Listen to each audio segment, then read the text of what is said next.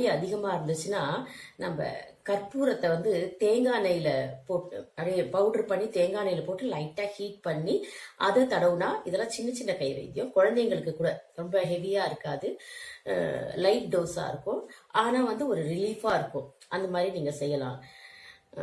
பாருங்க, ட்ரை பண்ணி பாருங்க வீவர்ஸ்.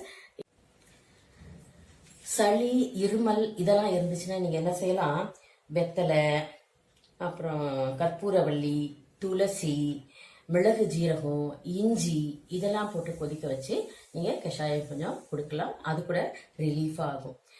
அதே போல் நீங்கள் வயிற்று வலி, சும்மா ஒரு ஹீட்டால வயிற்று வலி ஏற்பட்டுச்சுன்னா அப்போ என்ன செய்யலாம், கொஞ்சம் கேஸ்டர் ஆயில், நம்ம விளக்கெண்ணெய் சொல்லுவோம் இல்லையா, அந்த விளக்கெண்ணெயை கொஞ்சம் தொப்புள்ள தடவுனா ஹீட் குறைஞ்சு அந்த வயிற்று வலி குறையும்.